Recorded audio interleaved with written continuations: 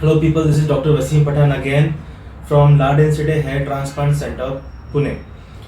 आज का टॉपिक हमारा थोड़ा सा डिफरेंट है जो यूजुअली लोग कवर नहीं करते, that is female hair loss.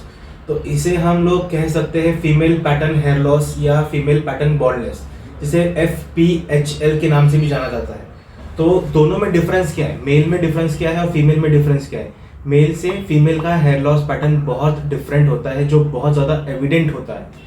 Basically होता क्या है, हमारे मेल में यहाँ से स्टार्ट होता है, किसी का बॉल्डनेस यहाँ से स्टार्ट होता है। फीमेल का जनरलाइज्ड डिफ्यूज पैटर्न में हेयर लॉस होता है, जिसमें क्या है उन लोगों का हेयर फॉल ज़्यादा होता है, जिसकी वजह से बॉल्ड पैच ज़्यादा दिखता है। तो हमें इन दोनों चीज़ में डिफ्रेंशिएट करना है आज। तो हम लोग आज सिर्फ और सिर्फ फीमेल पैटर्न के बारे में बात करेंगे। सबसे पहले इसका कॉजेज़ क्या है, इसके सिम्टम्स क्या है, इसके किस वजह से होता है, इसके ट्रीटमेंट मोडालिटीज़ क्या है, ये सब चीज़ों का आज हम कवर करेंगे। सबसे पहली बात, हम लोग आ जाएंगे पहले फीमेल पैटर्न का जो कॉजेज़ होता है वो क्या है। इसमें अलग अलग टाइप्स के आते हैं। पहले सब में इम्पॉर्टेंट है जेनेटिक्स।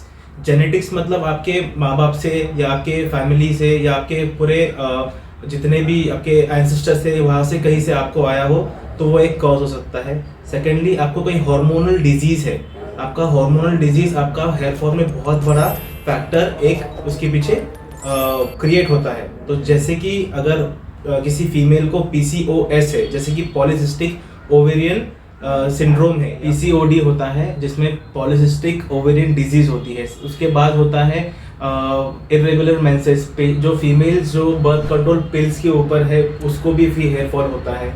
उसके बाद थायराइड का किसी को इशू है उसी से भी होता है। या फिर कोई आपको जैसे कि आपका ओबेसिटी बढ़ रहा है, मतलब इसका आपका वेट बढ़ रहा है, तो इसमें भी आपको हेयर फॉल आपको देखने मिलेगा। थर्ड आता है न्यूट्रिशन डेफिशिएंसी। सब में इंपॉर्टेंट न्यूट्रिशन डेफिशिएंसी है iron deficiency. Second, ferritin deficiency होती है। थर्ड होता है आपका विटामिन D3 डेफिशिएंसी। सब में ज़्यादा देखा गया है इंडिया में कि फीमेल्स को यहाँ पर आयरन डेफिशिएंसी का बहुत ज़्यादा मात्रा में दिखते हैं। तो जिसमें ये आयरन डेफिशिएंसी है, फेरेटिन डेफिशिएंसी है और विटामिन D डेफिशिएंसी है, यहाँ पर हेयर फॉल भी ज़्यादा होता है। तो आपको ये चीज़ों से थोड़ा सा बचना है। फोर्थ, आपको अगर कोई आप हेयर कॉस्मेटिक ट्रीटमेंट करते हो, जैसे कि केराटिन ट्रीटमेंट होता है, स्ट्रेटनिंग होता है, आप बालों के साथ कोई भी एक्सपेरिमेंट करते हो, तो इसकी वजह से भी आपके बाल बहुत सारे झड़ते हैं। Last and but not the least, जिसमें स्ट्रेस आता है। आपको बहुत सारे स्ट्रेस, अलग अलग टाइप के स्ट्रेस मिलते हैं। One of the most important stress आपको हेयर फॉल जो लीड करेगा वो है कि फियर ऑफ लूजिंग हेयर। यही एक बहुत बड़ा फैक्टर होता है जिसकी वजह से आपको स्ट्रेस होता है। तो आप क्या करते हो, बार बार एक मेंटालिटी बन जाती है कि आप बार बार बालों को खींच कर देखते हो कि बाल झड़ रहे हैं कि नहीं। तो ये भी एक फैक्टर होता है जिसकी वजह से आपका हेयर फॉल होगा। तो ये कुछ फैक्टर्स है जिसकी वजह से आपके बाल झड़ते हैं। ठीक है, अब हम आते हैं ट्रीटमेंट मोडालिटीज की तरफ। तो इसमें कुछ 4 से 5 ट्रीटमेंट मोडालिटीज आते हैं जिसके अंडर आपको आपका हेयर फॉल रुका सकते हैं आप।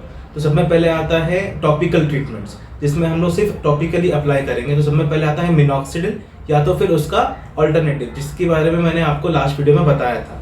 सेकेंडली आता है PRP ट्रीटमेंट, उसमें भी क्या होता है, प्लेटलेट रिच प्लाज्मा। उसमें हम लोग इंजेक्ट करते हैं टॉपिकली आप ही का प्लाज्मा। थर्ड आता है मेसोथेरेपी। ये एक कॉकटेल ऑफ मेडिसिन होती है जिसके अंदर आपको डिफरेंट टाइप्स ऑफ मेडिकेशन आता है जो एक सिंगल वायल में आपको अवेलेबल होता है, वो आपको स्किन में हम लोग इंजेक्ट करते हैं। फोर्थ होता है लो लेवल लाइट थेरेपी। इसमें एक कोल्ड लेजर का एक हेलमेट यूज होता है जिसकी वजह से आपको जितने भी आपके बाल जो डेड हो रहे हैं, जो टीलोजन फेज में चले जा रहे हैं, उसको हम लोग वापस रिएक्टिवेट कर सकते हैं। फिफ्थ आता है आपका माइक्रोनीडलिंग। माइक्रोनीडलिंग से क्या होगा, बेसिकली आपका ब्लड सप्लाई थोड़ा सा बढ़ जाएगा, जिसकी वजह से आपको जितना भी आपका जितने भी आपके फॉलिकल्स आपके खराब हो रहे हैं वो वापस रिएक्टिवेट होकर वापस रीग्रो होना स्टार्ट होंगे। तो सेकेंड मोडालिटी में आएगा आपका सिस्टमिक मेडिकेशन।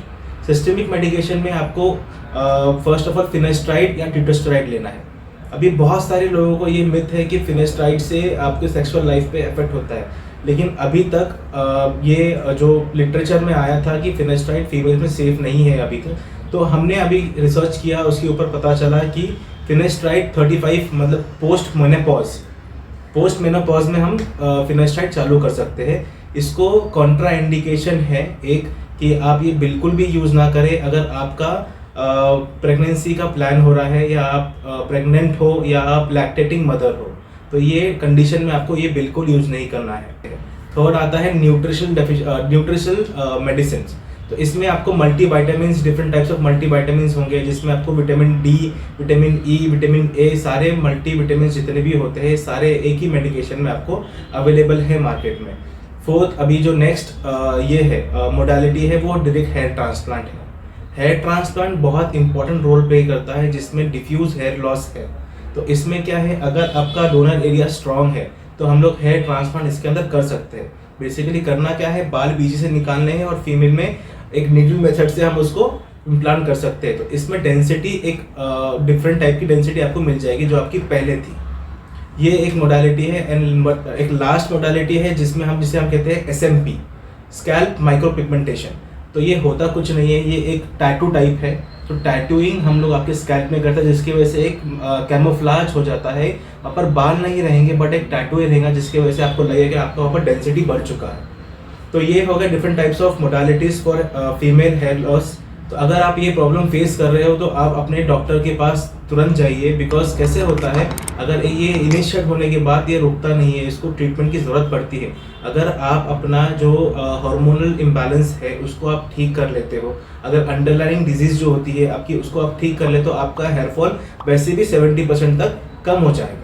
लेकिन अगर आप इस अंडरलाइंग डिजीज़ को कम नहीं करते हो, सिर्फ मेडिकेशन पर जाते हो, तो आपका बस आप मेडिकेशन का इंटेक बढ़ा रहे हो और कुछ नहीं कर रहे हो। तो इससे हार्मोनल डिजीज़ आपकी ख़त्म नहीं होने वाली है, आपका हेयर फॉल कम नहीं होने वाला है। अगर आप और आपको एक चीज़ का टेंशन लेने की ज़रूरत नहीं है। अगर आपने देखा होगा, फीमेल कभी बॉल्ड नहीं होते। आपने कभी अगर नोटिस किया होगा, अगर आपके सराउंडिंग्स में मेल को आपने बॉल्ड देखा होगा, फीमेल को भी कभी बॉल्ड नहीं देखते, बिकॉज उनमें हेयर फॉल होता है maximum of the times, hair loss नहीं होता है कम्प्लीटली। तो बॉल्डनेस आपको नहीं आएगा, तो you just don't have to worry about it, just relax and take the medicine and treatment properly on time. तो ये हो गया आपका फीमेल हेयर लॉस पैटर्न के बारे में। तो इससे ज़्यादा आपको कुछ नॉलेज चाहिए तो आप हमसे हमारे पास विजिट कर सकते हैं, या आप हमें कॉल करके सारी जानकारी ले सकते हो। आपको लिंक डिस्क्रिप्शन में मिल जाएगी। Thank you so much, I will see you soon again, bye bye.